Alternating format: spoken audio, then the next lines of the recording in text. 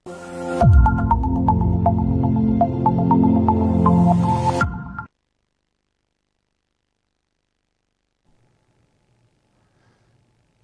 të Albukej TV, mirë mbrëma, mirë se vini tek emisioni Zeri Diaspores.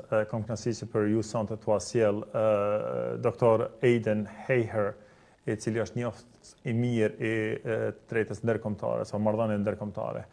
Mr. Hehir, thank you so much for being with us and taking your time to come and help us understand a bit more about Kosovo situation, certainly geopolitics that are happening and changes that happen now.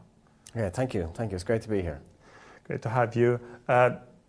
Just to inform our viewers, although you are well known in Kosovo, you're well known as visit Kosovo so many times, and certainly you did lecture in Kosovo University of Pristina, certainly. Who's going to give them a bit more information about what's happening now, what's happened today. So I will go back and just explain a bit more about you on my details that I have gathered from, and certainly from you. Për ndryshe, Dr. Aidan Hehir është lektor I lartë në marrëdhënie ndërkombëtare Universitetit të Westminster këtu në Londër. Më parë ai ka punuar në Universitetin e Prishtinës dhe në Universitetin Amerikan Kosovë. Zotriu është autor I redaktor I 12 librave. Libri I tij fundit është Kosova dhe ndërkombëtarët. Shpresa arrogancës së fundit, historia, Belgrave Macmillan në 2024, ai është bashkredaktor I serisë së librave Routledge Studies in Intervention and State Building. Thank you again. Geopolitics, the changes that are happening now and had happened recently, Kosovo have found itself quite vulnerable. Can you help us to understand a little bit more of how Kosovo came to where it is today, and what can we do to actually keep up at least our friends on our side and our support? Sure.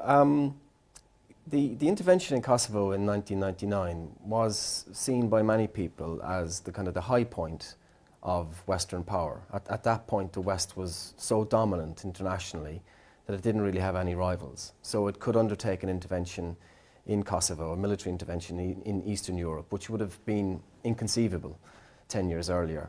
But from about 2008 on, the West's power has been in decline.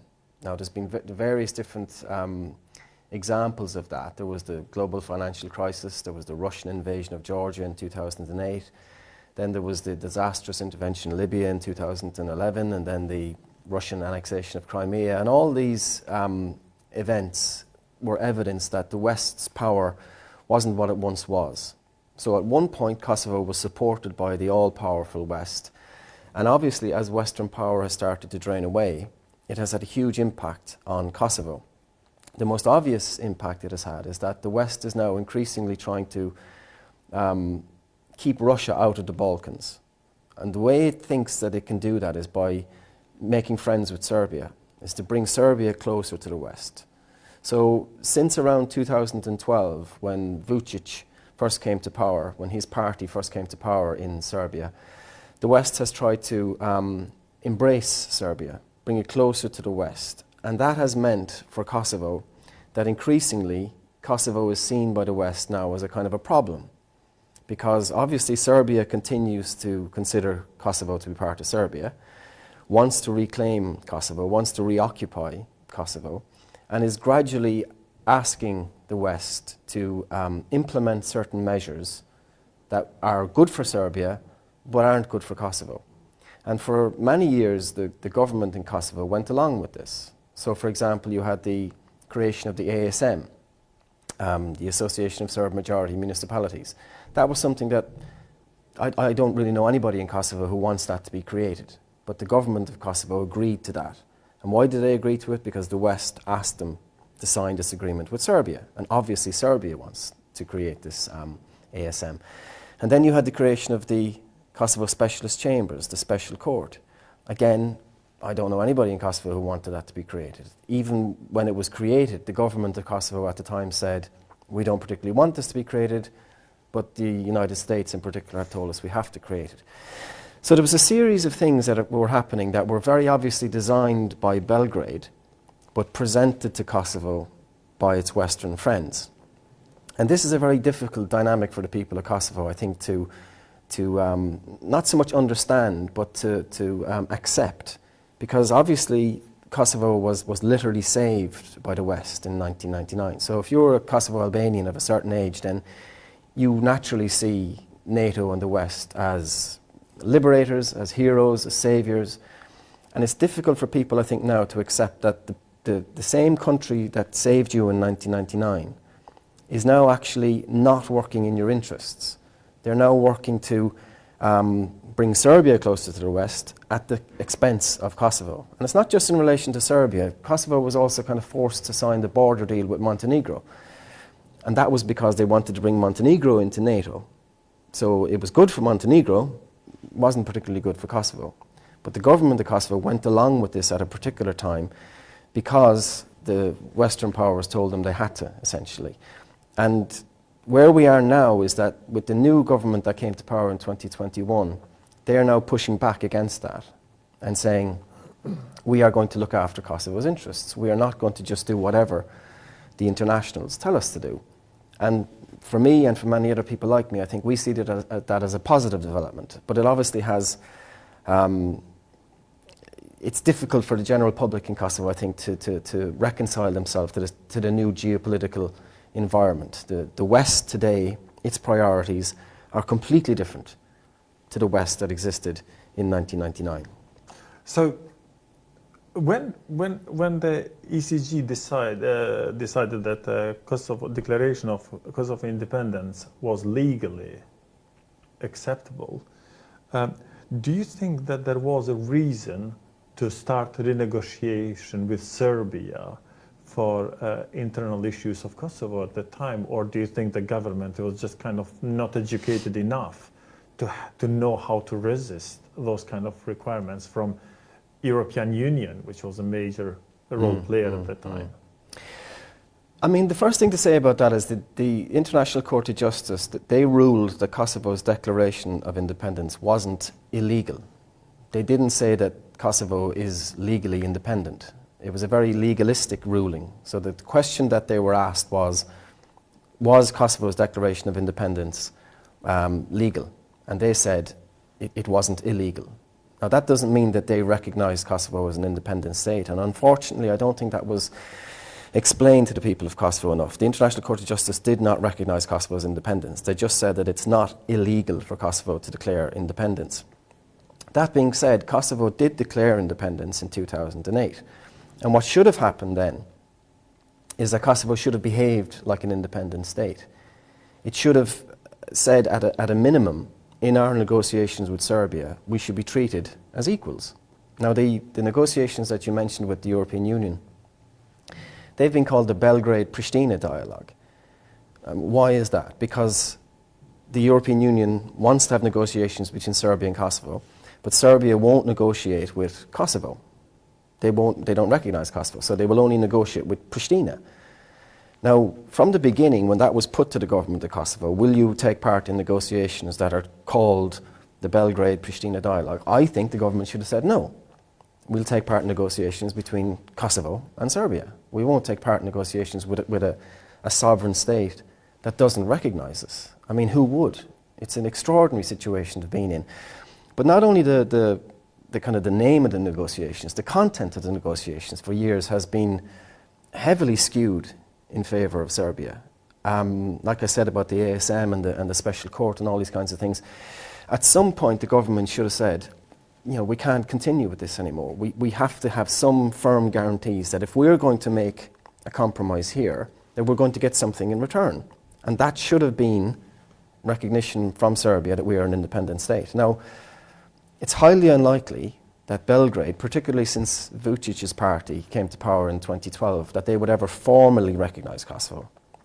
But you could have had a situation like with the East and West Germany, whereby they don't formally recognise each other, But Serbia doesn't stop Kosovo from joining the Council of Europe, accession negotiations with the European Union, various different things like that, that Serbia doesn't launch a de-recognition campaign, that Serbia doesn't stop Kosovo from joining UNESCO or Interpol or all those things. But none of that happened. Serbia very successfully pushed Kosovo away from UNESCO, Interpol, has launched this de-recognition campaign. So it goes around the world trying to convince other states that have recognised Kosovo to de-recognise Kosovo. And yet Kosovo is expected to negotiate with another country that is actively undermining its international status. At some stage, somebody should have said, we're not taking part in the negotiations if this continues. Now, thankfully, when the new government came to power in 2021, they did say, we can't have this anymore. We have to negotiate as equals. And if we're going to give away something like the ASM, okay, we didn't agree to it, we never wanted this thing to be created, but we will at least entertain the idea of having something like that, but we want something in return. And if we're not going to get something in return, then why would we negotiate with it? There isn't a sovereign state in the world that I can think of that would negotiate with another country that refuses to recognise it. And not only refuses to recognise it, but that attempted genocide against the people of that country only 25 years ago. It's just an extraordinary situation to be in. We have like you said, the new government have resisted that, but then we got into some kind of sanctions by the very countries that actually support Kosovo until now. Do you think that's damaging Kosovo? And up to what level can we handle this kind of pressure from our friends, Western world? And certainly the biggest problem is that we don't have options like Serbia have, East, West, African countries bringing together. When ourselves, we only hope that Western world is in our side. It's a very, very difficult situation to be in. As you say, Kosovo doesn't have a huge landmass, it doesn't have abundant national resources, it doesn't have a big army. It is very, very vulnerable because of its size, because of its dependency on its economic dependency on Europe, and also its military dependency on NATO. So for sure, that creates significant problems for Kosovo. But what I would say to people is that there would not be a Kosovo if you keep giving away your sovereignty. It just won't exist anymore. What it will be a kind of a diluted version of Taiwan in the Balkans, whereby people, some countries say they recognize it, but they don't actually really do anything about it. It just exists as a place with a flag, but it has no sovereignty. It doesn't have any domestic control. People talked about the land swap a few years ago, that why not give away the northern municipalities to Serbia and you maybe get some places in the Preševo Valley. All of that would fundamentally undermine Kosovo as an entity. It would make it look like a place that was willing to just compromise on everything. We'll give you a bit of our land, we'll give you the ASM, we'll create a special court, we'll give the Serbian minority inside Kosovo all these special rights, all these various different things, to the point that the country would no longer be a country. At some point you have to stand up for yourself. And what was increasingly happening by around 2015, 2016, 2017 is that international observers were kind of looking at Kosovo and thinking of it as kind of not really a state at all. It wasn't behaving like a state. It was behaving like a kind of a puppet of the West. And it looked like it was gradually just going to give away everything and kind of become a no man's land. Now, that would have suited some people in Kosovo because there was a corrupt core in Kosovo at that time who were in power, who wanted to, just bleed the country dry. The World Bank in 2017 described Kosovo as an archetypal case of state capture. So you have a state captured by political and business interests who What year was that again? 2017. 2017. The World Bank. Now that's after 18 years of the UN, the EU, the OSCE, the United States, all these various different actors who had formal power in Kosovo. It's just not credible that corruption happened without these people knowing about it. They had to know that this was happening. But the problem was, and this is what I kind of talk about in my book, a relationship developed between the West and the corrupt elite in Kosovo, whereby the West said to them, basically, you guys do this, create the ASM, create the special court, sign the border deal with Montenegro. If you do that, we'll turn a blind eye to the corruption that you're undertaking inside Kosovo.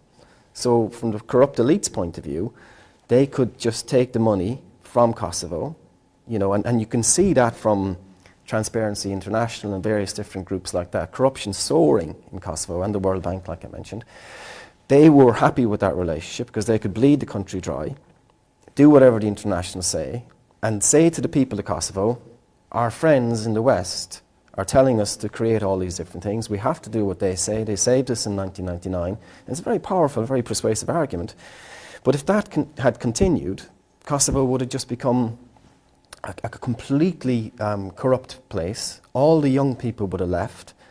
I mean, you mentioned the university that I taught in Kosovo. Every summer when I went to teach in Kosovo, the mood got worse and worse and worse, particularly amongst young people. They just kept saying to me, I just can't wait to leave. As soon as I finish my degree, I'm gone. Now, that's unsustainable. You know, I'm from Ireland. We had the same problem in Ireland for many, many years. 1950s, 1960s, every young person in Ireland just wanted to leave, to come to London or go to New York or whatever it was. And you ended up with these kind of villages, towns in Ireland where there was no young people. It was just old people. And that was a huge problem in Ireland, and it's still a major problem in the west coast of Ireland. That was happening in Kosovo as well. All the small towns and villages inside in Kosovo, people were just leaving. So it wasn't as though the West was presenting Kosovo with a kind of a rosy future. If you do what we say, what we ask you to do, we will bring you to the European Union, we'll bring you into NATO, we'll make you a fully fledged member of the international community. That wasn't on offer. It's still not on offer. So it's not like the current government is rejecting, you know, a coherent, clear plan that will bring Kosovo security and stability. What they were offering was almost perennial stagnation. You know, we will always say nice things about you. We will come here once a year and pat you on the head, but we're not going to bring you into the EU. We're not going to bring you into NATO. And it was essential that somebody at some point stood up against that and said, this is not sustainable. And that's what happened in 2021. And that's why I have significant respect for the new government and hope that that attitude of self-reliance and that kind of that resilience that was shown in the 1990s by the Kosovo Albanian community, that despite the fact that in the 1990s you had nobody on your side, not just in the Balkans, but in the West in general, there was nobody who cared about the Kosovo Albanians. You had one or two academics and journalists here and there, but the vast majority of people in the 1990s just weren't interested. And yet the Kosovo Albanians continued to strive to be independent. When everybody was telling them, hey, just make a deal with Milosevic, you know, stop causing trouble, just integrate, you know, we'll have reforms here and there. Thankfully, people said no to that. And I think the same spirit is required now, because otherwise, you know, the future is very, very bleak for Kosovo if it doesn't stand up and actually behave like a state. Lots of people, they say, and politicians, unfortunately, sometimes, media, indeed, it's kind of that new government have a kind of dissolved relation with the Western world, well, certainly with the diplomats that are within Kosovo. At some point, Ambassador of United States said that our friends means that government of Kosovo, we helping them, they urinating on our doorstep.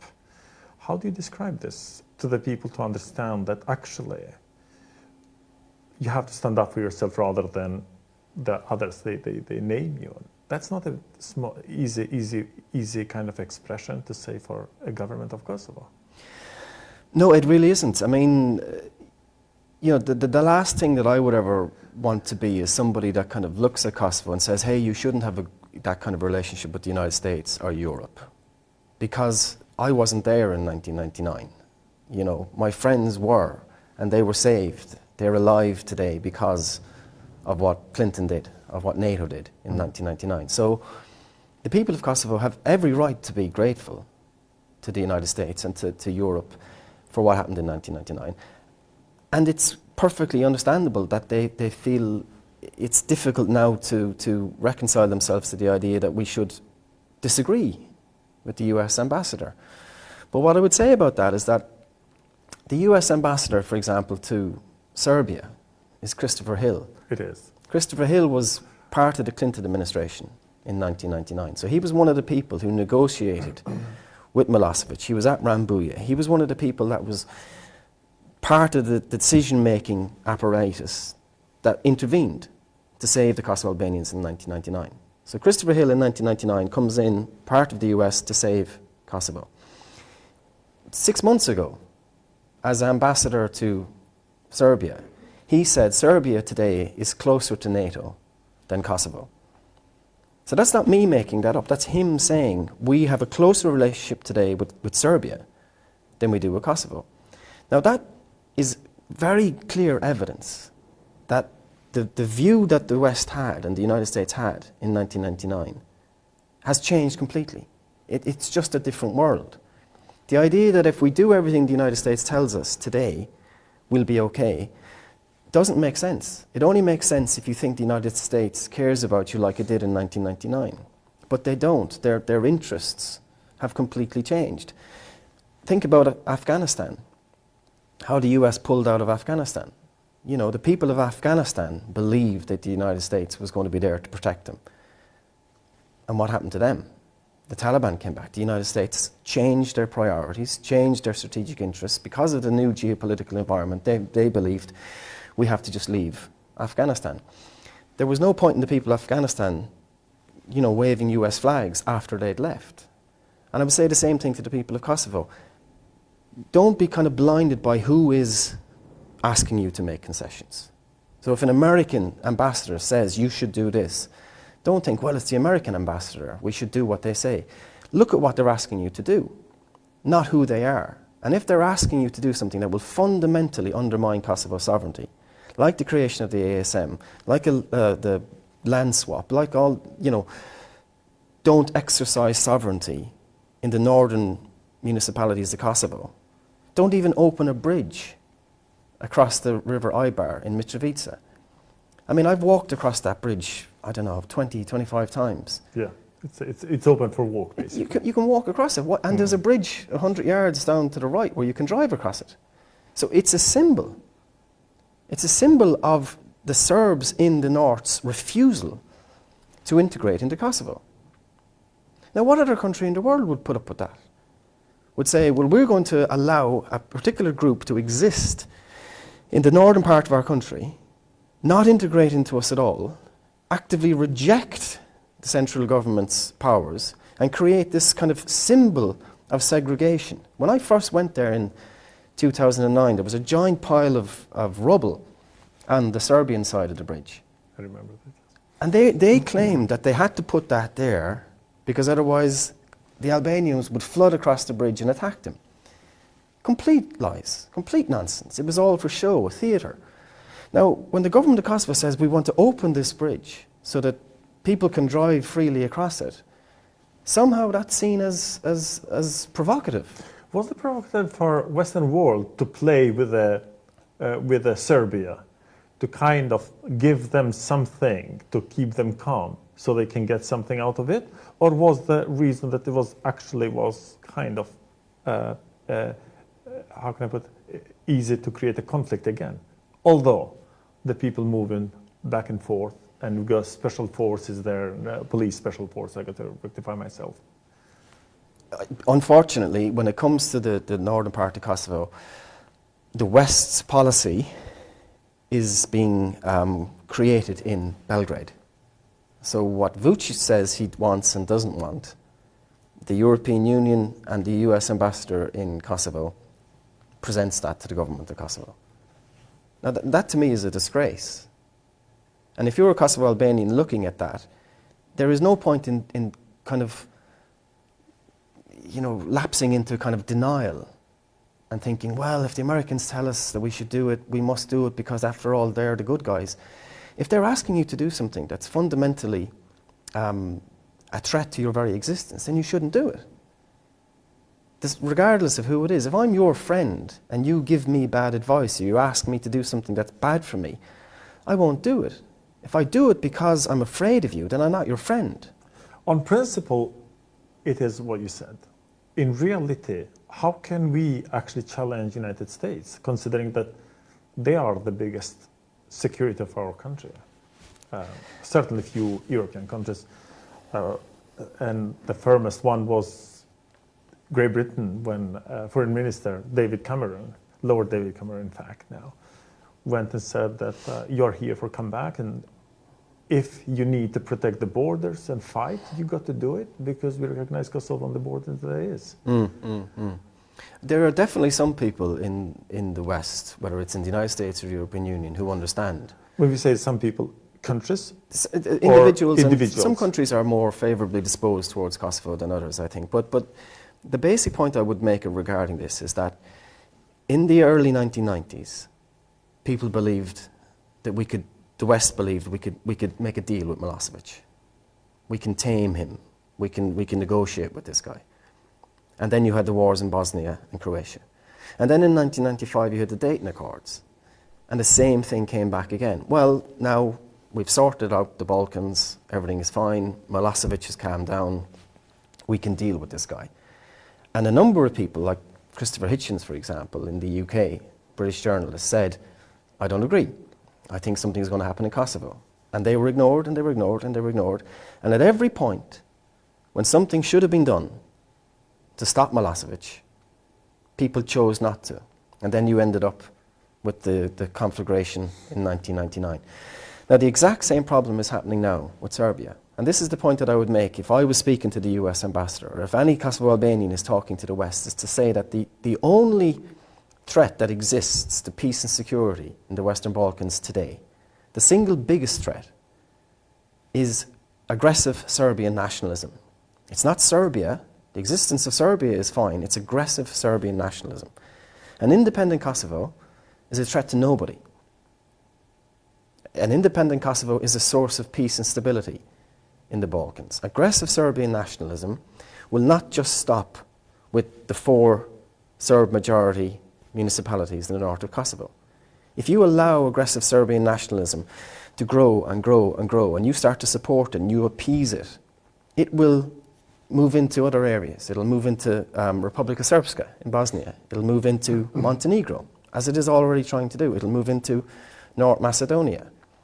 In July this year, Vučić called an all-Serb assembly. We gathered Serbs from all over the Balkans to come to Belgrade.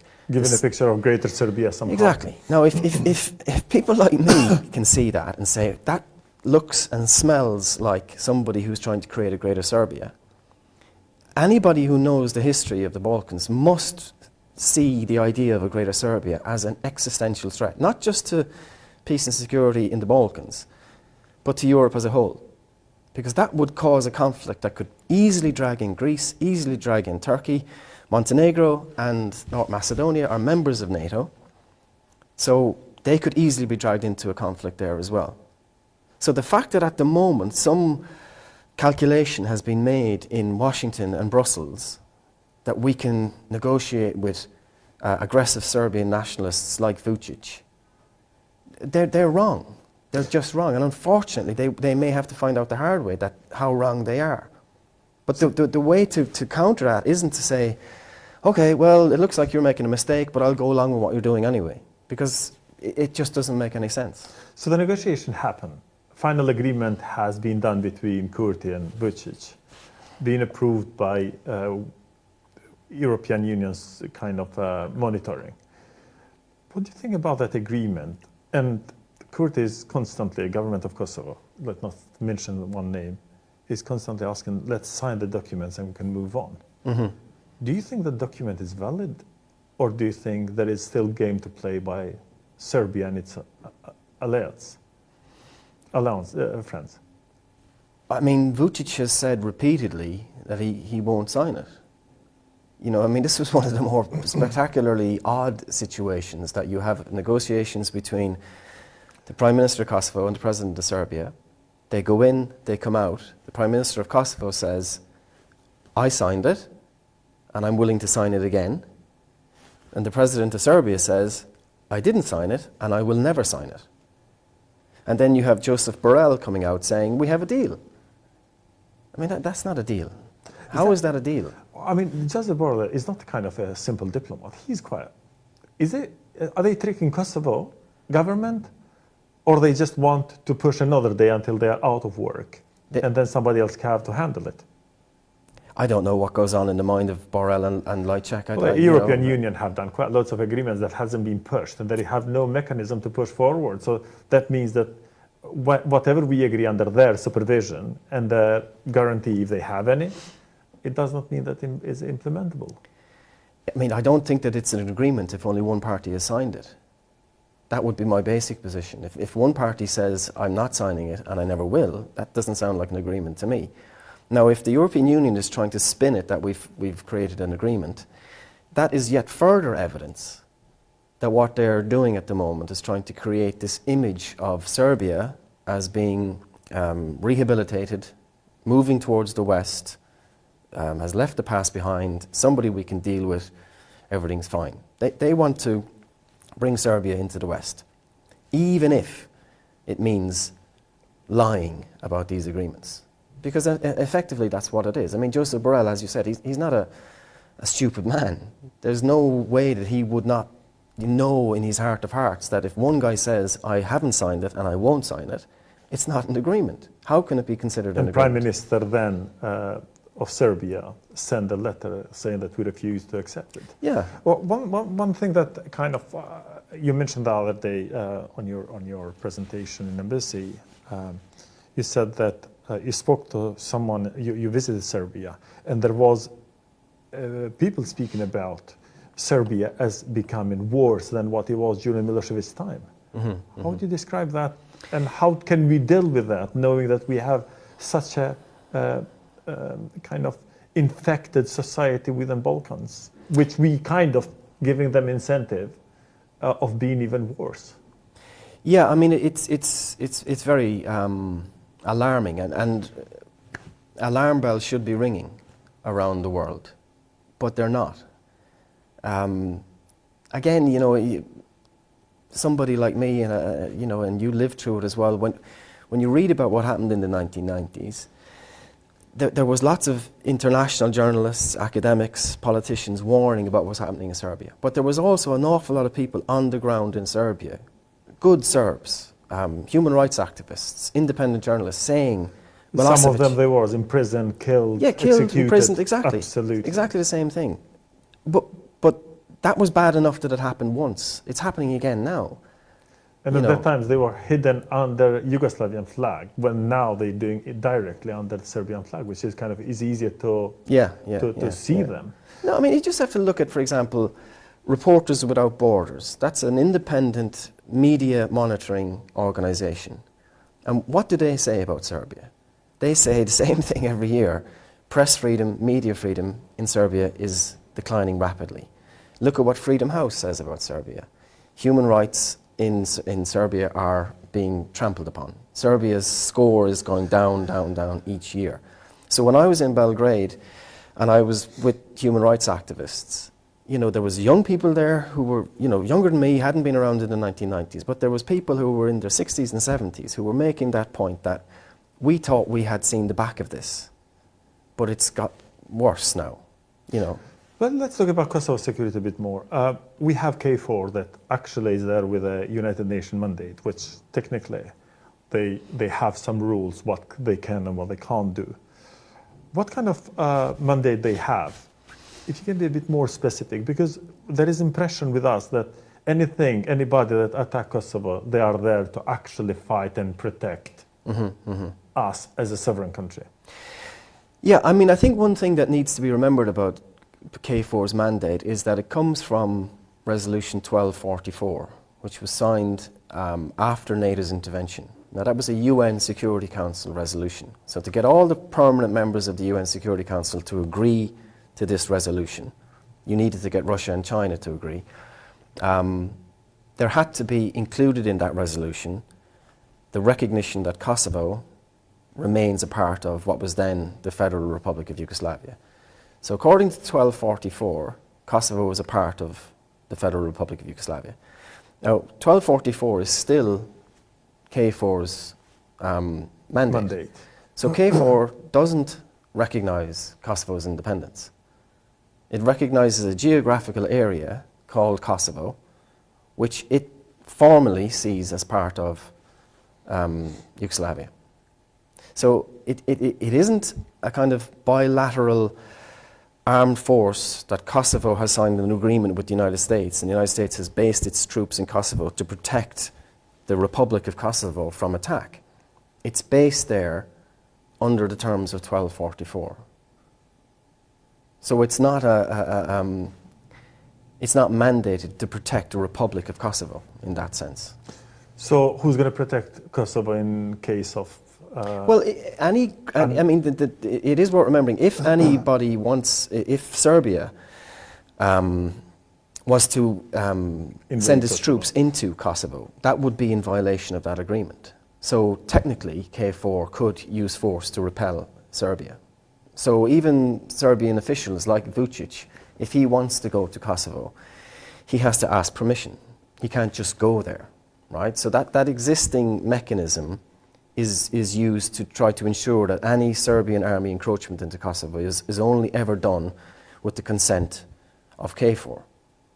But the problem I would see with that, and the problem other people would see with that, stems from the fact that, you know, there's about 4,300 troops there, right? Yeah. The troop contributing countries in KFOR, a lot of those countries would be, I think, quite reluctant to put their troops in. Some of them they did not recognize Kosovo. So yeah, you have Hungary, which is kind of... Hungary is friends with Vučić. You have Greek troops there.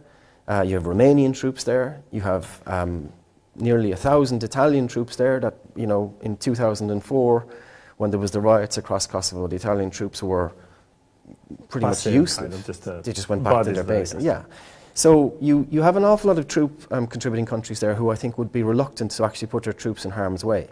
When Trump was previously the president, he threatened to pull American troops out of KFOR. Now, the idea that Trump, who doesn't like overseas engagements, doesn't like US troops being involved in anything overseas anyway, doesn't particularly like Muslims, hates the Clintons, and would see Kosovo as being one of the Clintons' kind of projects. The idea that he would send his troops, American troops, in to fight Serbian troops, I think, you know, you could be skeptical, to say the least, about that. Hoping it not much in a way. No, I don't think they would necessarily. You know, America wants to have a base in that part of the region, for sure. So having Camp Bondsteel is a very important military asset for the United States. But who rules the land around Camp Bondsteel is kind of incidental to them. Right. Who cares if it's the Albanians or the Serbs, as long as we have this base there. It can be easy agreement between bilateral agreement, which is kind of... I mean, I'm not saying that, and I don't think anybody would say that Serbia would launch a full-scale invasion of Kosovo. That would be obviously crazy. But the point that I've been making for many years, and other people have as well, is that what Serbia wants to do is just slowly chip away at Kosovo. Is that the reason that we have some kind of terrorist attacks here and there, kind of incited by Serbia and the government of Serbia to kind of test the water in a way? Absolutely. I mean, why are they doing that? You know, if they wanted to, they could drive they could undertake other types of military operations in Kosovo if they wanted to. But what they want to do, as far as I'm concerned, is to create a pretext to intervene. So what they want to do is to antagonize the Kosovo police and the security services more generally, bring more Kosovo police and security forces into Serb majority municipalities, hope that in the course of the police operation something goes wrong and a Kosovo police officer shoots a Serb. And then they say, look, Kosovo police are killing Serbs. And that's the pretext then. Which already some of the journalists already said that, some politician to my knowledge already mentioned that of Kosovo, which is quite weird enough. Is it, what Kosovo can do the best to actually overcome those kind of things? Because it seemed like we have in almost like a buffalo being hurt bit by bit until it falls. I think, well, one of the things that I really think that the Kosovo can do much, much more on is to mobilise its diaspora. You know, I'm from Ireland. Our diaspora is very, very powerful in the United States, in the UK, and in Australia. But it's all over the world as well. But we happen to be particularly powerful in the United States. Now, we've used that power to further our own interests for decades, particularly when it came to Northern Ireland, right, the situation there. The US played a key role in negotiating the Good Friday Agreement in 1998 because of the Irish in the United States. You know, the Albanian diaspora similarly spread out around the world in very strategically important places, in America, in the United Kingdom, in Germany. And they, I would say they are almost selected, the most energetic very part much of so. society, because they left constantly when they are 21 Yeah. up to 35, the best generation, the Yeah, best age, but- I would say. But I mean, you know this more than me, but you know, I don't see the Kosovo diaspora on the streets ringing the alarm bells, saying, "Look at what is happening." And it's an extraordinary situation because Kosovo has done nothing wrong. It doesn't have anything to be ashamed of. All it can say is that we are now being menaced. We are under threat from Serbia. We've done nothing. We haven't attacked Serbs. We haven't sort of internally turned against the Serbs or externally attacked Serbia. We've done nothing wrong. Yet, in the last 10 years, we've seen Serbia escalating its rhetoric about Kosovo and increasing its military aggression towards Kosovo. So basically, outside world consider Serbia as being in kind of as a victim rather than. Yeah, absolutely. Serbia does that on purpose, which kind of we see the rhetoric. I mean, this is one of the most frustrating things.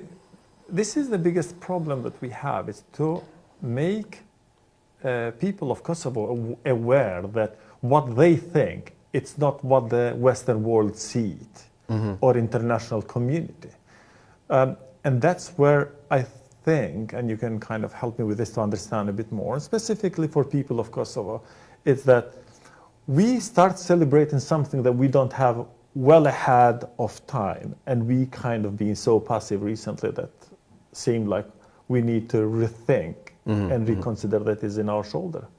Yeah, I absolutely agree, 100%. I have found it for many years frustrating to talk to people from Kosovo who appear to think that Kosovo's statehood is completed. The project is complete. We declared independence in 2008. The International Court of Justice issued some ruling that they don't quite understand and think that means we're independent. And anyway, America is here to protect us. And none of those things are true. I don't want to sound alarmist, but I do also want to sound an alarm that things are going very badly wrong for Kosovo at the moment. And if they continue to go in this vein, Kosovo will be just ignored to the point where it will be much easier for Serbia to reoccupy Kosovo. I've been to Kosovo many, many times. I've taken my family to Kosovo. I've taken my students to Kosovo. Anybody that I've ever brought to Kosovo has loved Kosovo. But very few people go to Kosovo. Very few people in the UK know about Kosovo. When I talk to my students about Kosovo and the intervention in 1999, they think, why are we learning about that? That's ancient history. Even when I was in Kosovo and I used to teach Kosovo Albanian students, I remember in about 2018, 2019, I was teaching a group of students and they were all about 1920 and I was talking to them about the war in 1999 and one guy put his hand up and said, my dad tells me stories about that, but they're so boring. Why do we need to hear about this? And I was thinking, really? You know, the idea that that's ancient history, we've moved on, everything's fine now, we're sorted, it's just not true. It's just not true. And Serbia knows that. Serbia is brilliant at PR, brilliant at propaganda. It has a very, very powerful PR machine around the world. I listened to Serbian kind of news and President Vučić and Parliament of Serbia and everything. It's interesting that more they prove a fake history, then we can actually that we have facts. We have actually worked to create those facts to our own people first, and certainly to the international community.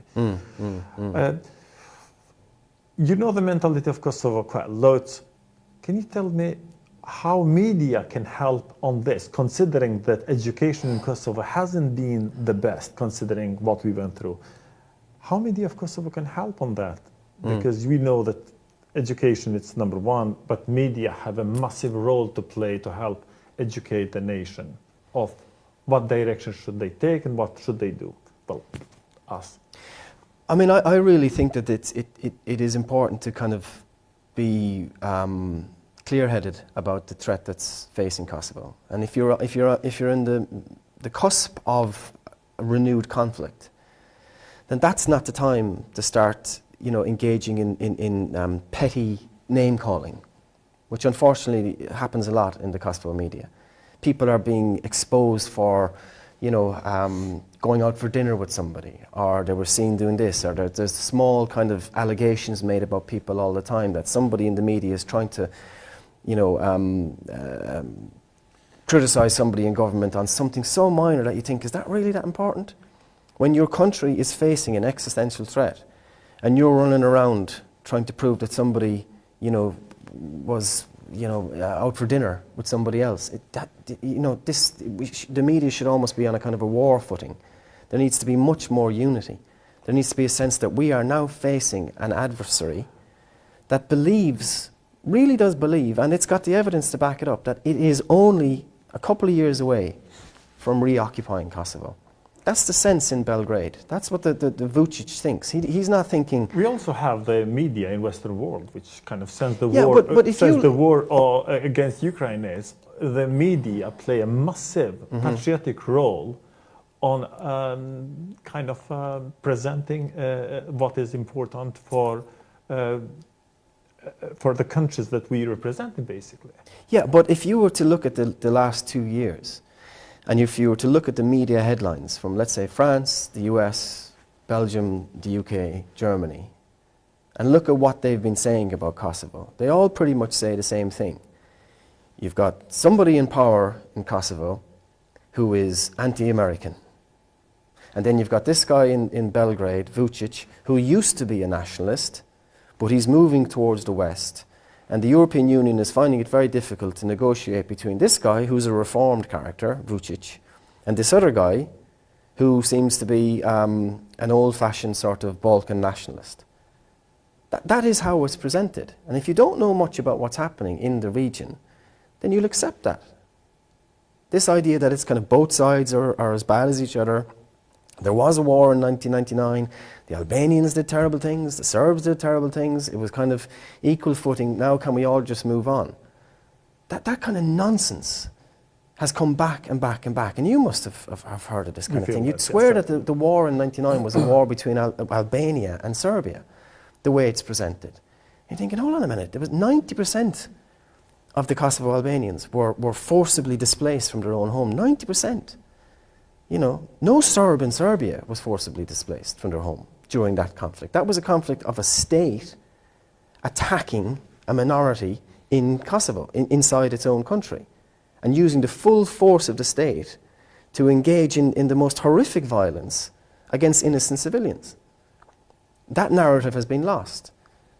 And in the contemporary kind of rendering of what's happening there is increasingly polishing the image of Serbia and creating this kind of notion that Kosovo is kind of old-fashioned or too stubborn. This is the word you hear all the time about Kurti. He's stubborn, he's stubborn, he's stubborn.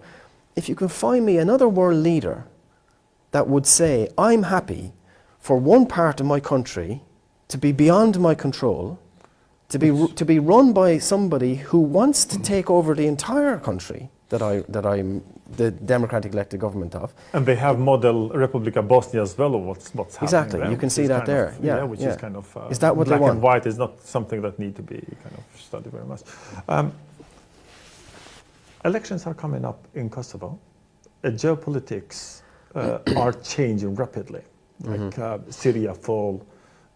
Yesterday we got in Romania. It's kind of almost like considered that it has been influenced by Russia for a new government.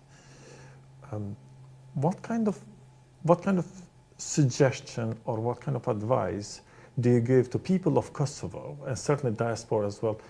What kind of election, what should we choose for our future government in order for us to be sustainable and certainly to live through this kind of clouded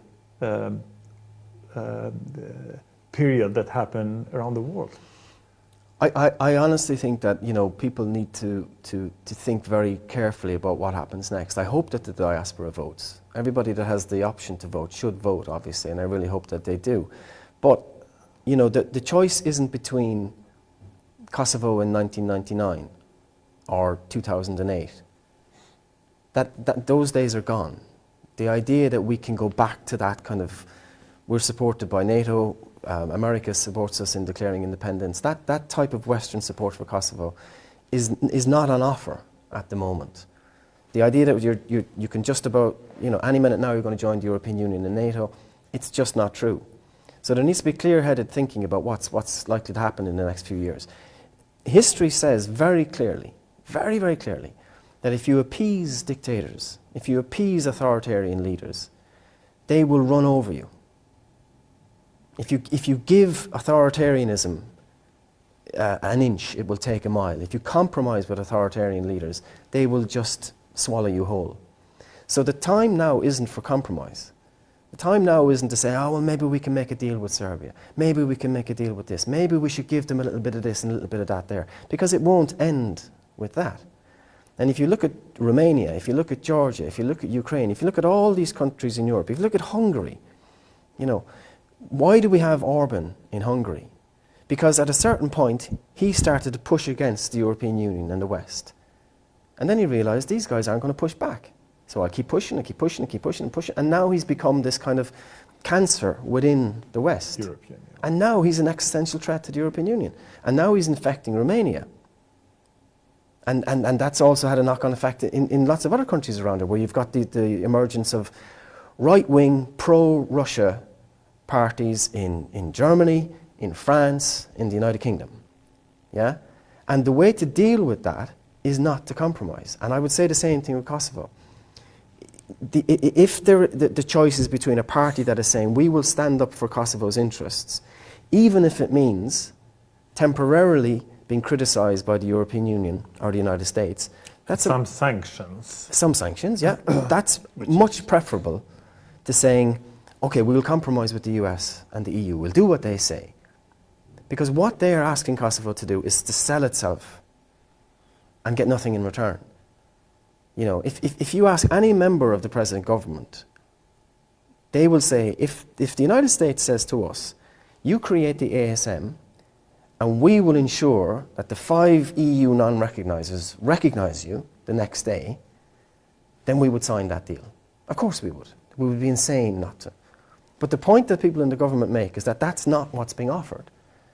You know, we're being asked to compromise, and what are we being given? Nothing. Now, who would engage in that kind of a deal? The only people who would engage in that kind of a deal are people who do not have Kosovo's interests at heart. And they are the people who created the shambles that was Kosovo in 2015, 2016. I mean, how embarrassing was it that the Prime Minister's own brother claims asylum in 2015? He's so desperate. Prime Minister of Kosovo. Which one was that?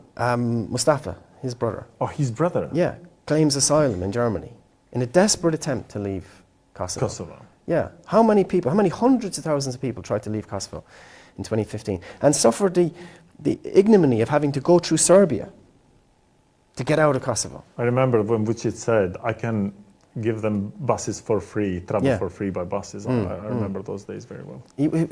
People want to go back to that? People want to go back to the creation of the special court? You know, I mean, I was at the Hague earlier this year to see the trial of Taci and Salimi and Baselli and people like that. That's a disgrace that the KLA are now on trial and Vučić isn't. You know, Vučić is the man who said, you kill one Serb and we'll kill 100 Muslims. That wasn't. Yeah, and Vučić is the man who recently said, Milosevic was a great Serbian leader. And he's roaming free. You know, the guys, the militia that killed the police officer in the Banska attacks in September 2023. He's considered as a hero. He's wandering around Belgrade having dinner with ministers. And yet you have the KLA on trial in The Hague. That's an absolute disgrace for Kosovo. The people who signed Kosovo's Declaration of Independence are now on trial for war crimes. You know, how easy is it going to be for Serbia, if Taci is found guilty, to go around to all the different countries in the world, in Africa and Asia, and say, you recognise a country that declared independence, and the guy who signed that declaration is now a convicted war criminal.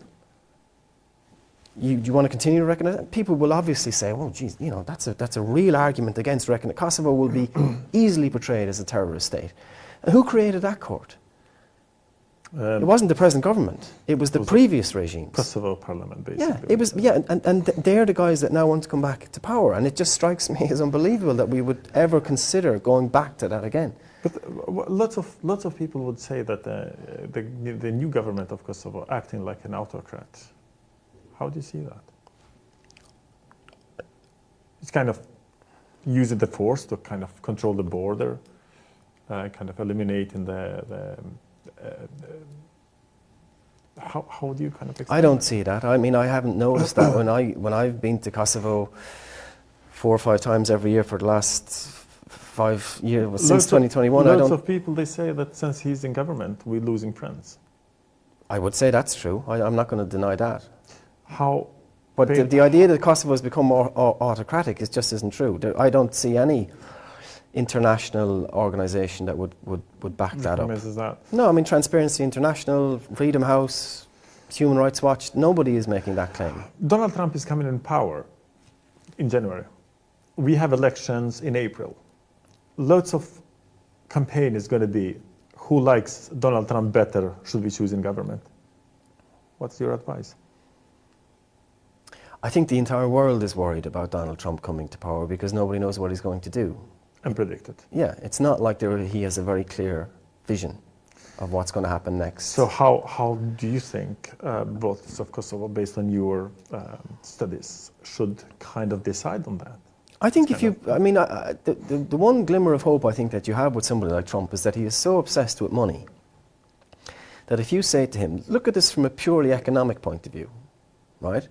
If you want to make a lot of money, then you need to have a good trade relationship with Europe. You need to be able to export American goods to Europe. And if he wants to put tariffs on European goods coming into America, whatever. But he cannot exist, the United States cannot exist without being able to export goods to Europe, which he wants to do. If you want to export goods to Europe, you need Europe to be peaceful. Right? That just stands to reason, that's just a fact. And if you think, what's the most likely source of conflict in Europe now, I'm talking about, you know, it is aggressive Serbian nationalism. That's the single biggest threat to peace and security in Europe is aggressive Serbian nationalism. It's not going to come from Italy, it's not going to come from the election of a far-right government in Germany or France. All of those things will be bad, but they wouldn't necessarily be a source of conflict in Europe. If Alternative for Deutsch is elected in Germany, they're not going to invade France. Likewise, Le Pen isn't going to invade Germany. But aggressive Serbian nationalism could easily cause a conflagration in Europe that would have a knock-on effect in Italy, in Greece, in the EU, NATO, etc.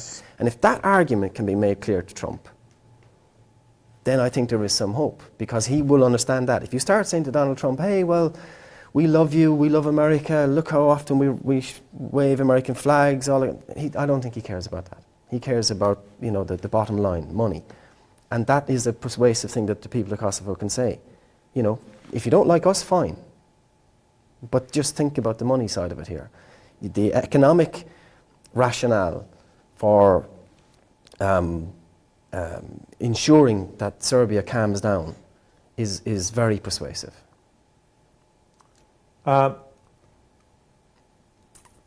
Security again. What is the options by bilateral kind of agreements between countries who have recognized Kosovo And I I can recall a couple of countries that are, Great Britain have kind of showed quite strength during the Conservative time. Labour enforced that, to my knowledge. You've got Turkey that have done constantly, including the offering them the weapons to security force of Kosovo.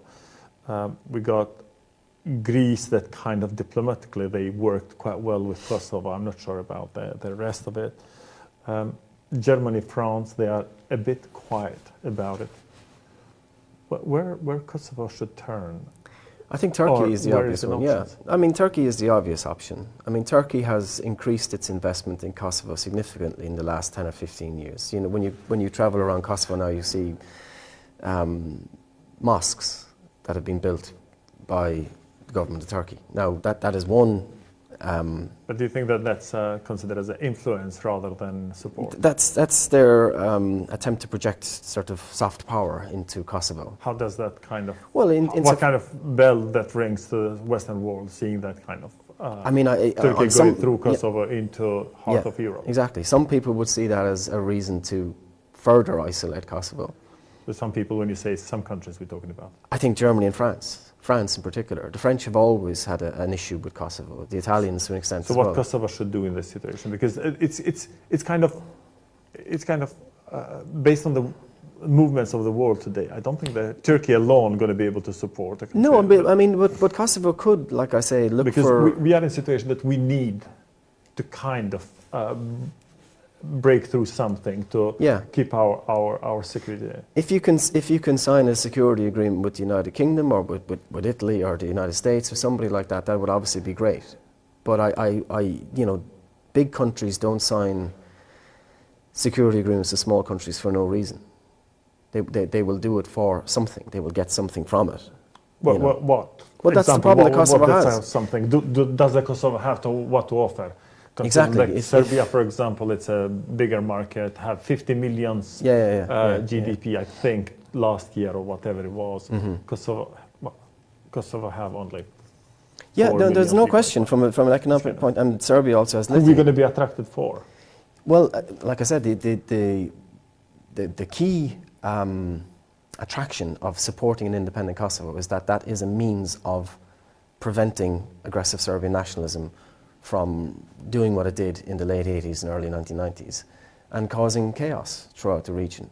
You know, I don't think that the people in London or the people in Berlin or Paris or Brussels or Washington are all that concerned about the humanitarian side of it. If Serbian nationalism comes back, it'll lead to ethnic cleansing, extreme violence, crimes against humanity. Some people might, unfortunately, just shrug their shoulders and say, well, it's the Balkans, what do you care? But what they do care about is that it will cause economic chaos, economic instability. It will lead to refugee flows. Nobody wants that. Italy does not want that again. Especially since... Yeah, Greece doesn't want refugee flows. Italy doesn't want refugee flows. And I think you can make a very persuasive case for saying that an independent, strong Kosovo that Serbia knows it can't use force against and it's not going to reoccupy because it has an agreement with, I don't know, the United Kingdom or somebody else, that will serve as a brake on aggressive Serbian nationalism. And the same thing could be said about Bosnia. If it could be made clear that any attempt for Republika Srpska to unilaterally secede from Bosnia will bring with it significant military and economic implications, that would again put an end to aggressive Serbian nationalism. And all of this could have been done 15, 20 years ago. It could have been made very clear to Belgrade, if you attempt to redraw the borders of former Yugoslavia in any way, there will be, immediate, massive economic sanctions put on you. And if that doesn't stop you, then we will, consider using all necessary means. Serbia is a big economy, has lithium, has a relationship with Russia, but it is surrounded by the European Union. Yeah, it's surrounded by the EU and NATO. How does it make a difference if we are surrounded by NATO countries at the moment? Not so much NATO, but if just from the point of view of the European Union, Serbia cannot exist if its only market is... European Union at the moment seem like powerless. Well, that's the problem. That's the problem. Yeah. There are too many people within Brussels who are appeasing authoritarianism. And like I said, it's not just in the case of Serbia. You can see it with Orban in Hungary, you can see it with Le Pen in France, you can see it with lots of other different countries in Europe whereby these people have emerged and they should have been very quickly stamped on, and they weren't. They were appeased and they were allowed to grow and grow and grow and grow, and they were given legitimacy, and now they're considered to be, you know, well, it's kind of inevitable that Le Pen is going to come to power in France. Alternative for Deutsch, are they really that bad? Nigel Farage, is he really that bad? Meloni in Italy. We've now come to kind of tolerate far-right authoritarian leaders within the European Union.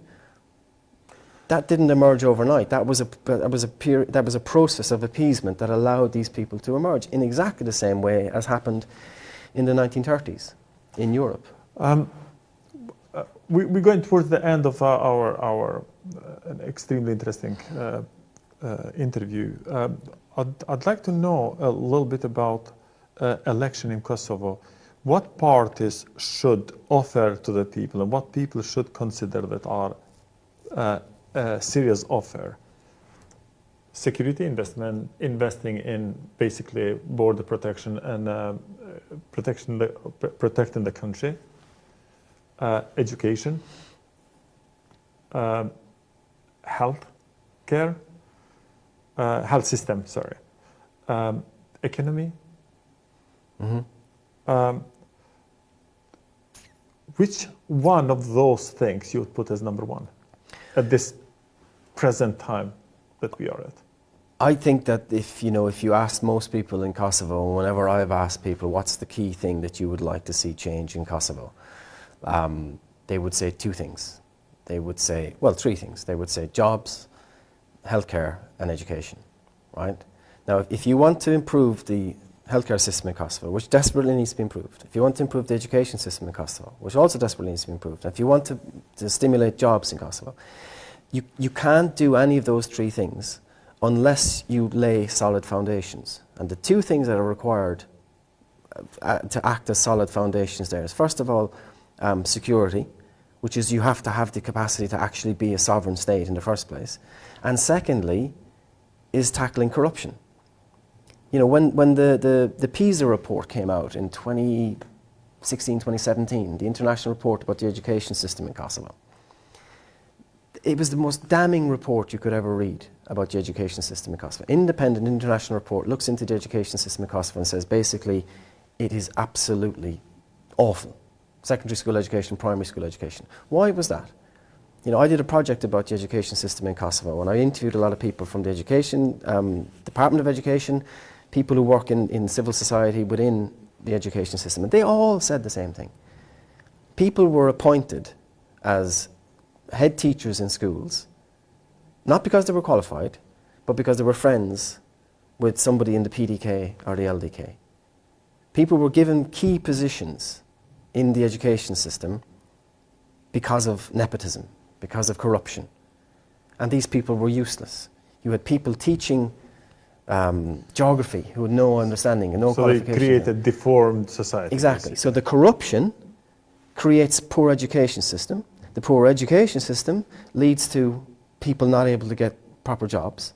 That creates huge unemployment. That then leads to social problems. But at the root core of it is corruption. Now, who brought corruption into Kosovo?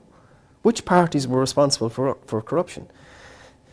I mean, the current government, you know, there are certainly individual examples of individuals who've been involved misusing or abusing the system. Yeah, every single government in human history has had people in the government that have engaged in corruption or sexual misadventures, whatever it happens to be, but it's not systematic. And that's the key difference. The current government is not engaged in wholesale systematic corruption at all. It's create a network of bad... Yeah, you have state capture. You don't have that. And you know, if you don't want to take my word for it, look at what Transparency International say. Look at what all the people who look at corruption say about Kosovo since 2021. And it's very obvious that they'll say it has made significant progress in tackling corruption. It's something that, you know, the very respected British journalist Tim Judah talked about when he was talking to the international ambassadors in Kosovo, and they said it's very frustrating dealing with Albin Kurti because he's not corrupt. And there is no way to... Yeah, if he was corrupt, we could bribe him. Yeah. But we can't bribe the guy, you know. So that tells you something. You know, so that's an underlying issue.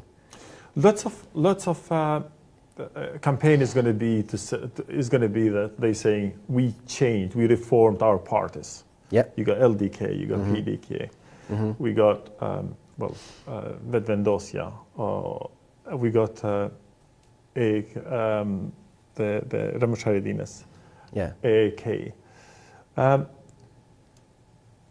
What kind of, and the people of Kosovo believe that what we have to choose now is to have to choose someone who have more friends in Western world. What would you say to this people that they have that kind of way of thinking, since we have few, like we talked before about moments of isolation with the leadership that we have so far? I would just ask people to remember what it was like between, let's say, 2014 and 2019. How was Kosovo doing in that period? How many different governments were there elected? There was a government in 2014, there's a government in 2017, there's a government in 2019.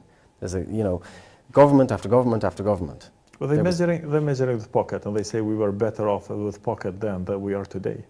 Well, why did so many people want to leave then at that point? Why in 2015, 2016 was it the highest number of immigrants? How can you explain to the Kosovo people that geopolitics have affected the increased price on everything?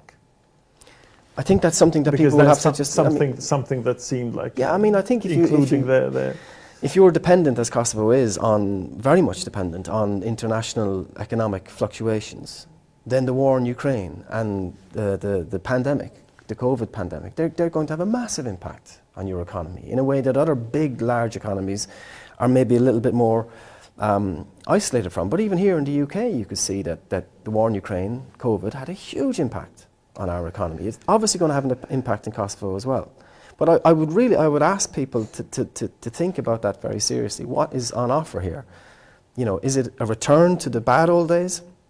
Or is it a position whereby we are not going to give up any more of our sovereignty? Because if we do that, we may as well just give up on Kosovo. Why did Kosovo want to become independent? Why did people die for independence in Kosovo? To become what?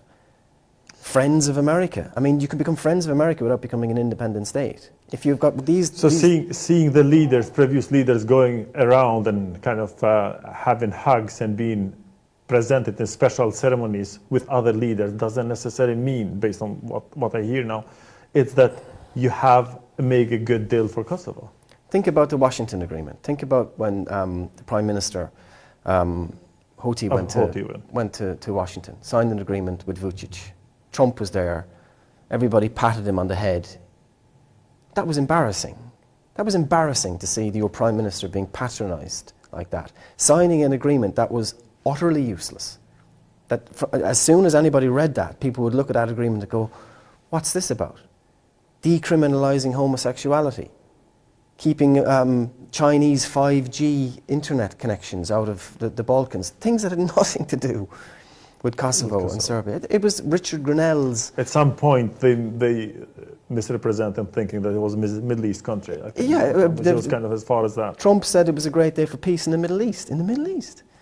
I mean, okay, you got Israel to recognise Kosovo. That's somewhat significant. Is it? Or is it? Who cares?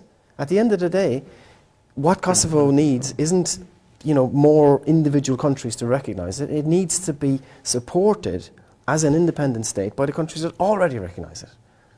You know, there's no point of being recognised by France if France doesn't actually, in practice, treat you as a sovereign state.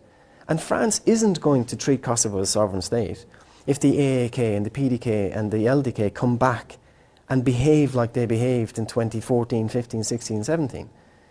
You know, where it seemed like you know, their only aim in life was to be patted on the head by a Western Prime Minister or President, because in doing that, they were able to engage in wholesale corruption domestically. And it was the corruption that created the poor healthcare, the poor education, the massive rates of unemployment. You know, you've been to Pristina. drive around Pristina, you look at the housing, who created this new Pristina? You got new houses being built on top of other new houses. That's corruption. There's a problem there. There was a lack of oversight. The people who were involved in this whole system were taking backhanders. And the international community was happy for that government to be there, because that government engaged in corruption but did what the international community asked them to do, which was sell off Kosovo basically to Serbia. So what I gather is, in order for you to strengthen your independence and your sovereign country, your freedom, you don't look only at your pocket. It can't be about that. I mean, how many people would have been much better off in the 1990s in Kosovo if they had agreed to go along with Milosevic, if they had agreed to kind of form some kind of working relationship with Belgrade in the 1990s, as they were being pushed to do. But they didn't do it. That's why people, went to school in basements. That sacrifice was made because people realised that money is not going to, buy you freedom. It's not enough, and that the Albanian community, much more so than anybody else, with the possible exception of the Irish, have to know that. They know that more than anybody. And I think a little bit of that spirit of resilience has been kind of lost in the intervening period, between the 1990s. And when you talk to people of a certain age and you realise what they did in the 1990s, they didn't do all that. So nameless American ambassador would pat them on the head as they signed an agreement that gave Serbia more power inside Kosovo.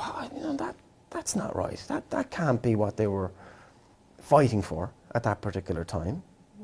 What would those people who died in the 1990s say about the Kosovo Specialist Chambers, about the ASM, about a border deal, about all these kinds of people moving out of town? Yeah, they would be disgusted. Escaping the country. Yeah, they would be disgusted by that. Chances and what Kosovo have to do to join European Union and NATO? I know you touched it at some point, but just be very specific. Is it if NATO countries want to join, if geopolitics has changed, so now the hope is kind of in question, and European Union as well? Are they serious about it, or they kind of? I don't think there's with any new administration they changed recently. Honestly, I don't think there is any chance of Kosovo joining the European Union for 10, 15 years, unless something dramatic happens. And as you mentioned, with Syria, things can dramatically happen. There is no appetite in the European Union to expand the European Union. There is certainly very little appetite specifically to expand it into an area like Kosovo, which they would consider to be a potential conflict zone, and also one that is still presented in many European capitals as some kind of not quite European place anyway. The people there are Albanians, they speak a weird language, they have this kind of Ottoman influence. They're not really part of what we would consider to be Europe. Think about Montenegro. Montenegro started its accession negotiations in 2012. At the rate that Montenegro is going, in terms of the number of chapters that it has completed, it won't join, if this rate continues, for about 20, 25 years. So plus everyone have to agree. And they all have to agree to it. So I really do think that it's very important for people of Kosovo to think differently about the future. The idea that we're going to join the European Union and everything's going to be fine. I would love it if Kosovo joined the European Union. It's not going to happen soon. So let me do some maths. 1.5 million people live in Kosovo, and 1.5 million or even more outside Kosovo. Based on what you explained so far, our hope is only if we strengthen our shoulder to carry the weight that independent country require us to do.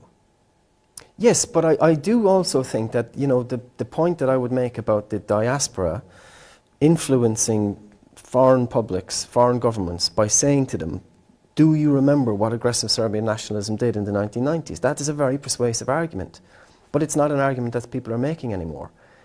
You only need to look at what Vučić is, and you can see that he's a carbon copy of Milosevic. So it's not hard to draw that line between Vučić today and Milosevic then. And the diaspora, Kosovo's diaspora, could be making that case much more vociferously. They don't have to go around the place saying Kosovo is a wonderful place, everyone there is great. You don't even need to make that argument. You can just make the very clear argument with Bosnians and say, look, we know what it's like to be attacked by aggressive Serbian nationalists, and we are now both afraid that this aggressive Serbian nationalism has come back again. And the Kosovo diaspora around the world should be making that very, very clear and pointing to the fact that a war in the Balkans would have a massive, massive impact on the economic interests of Europe.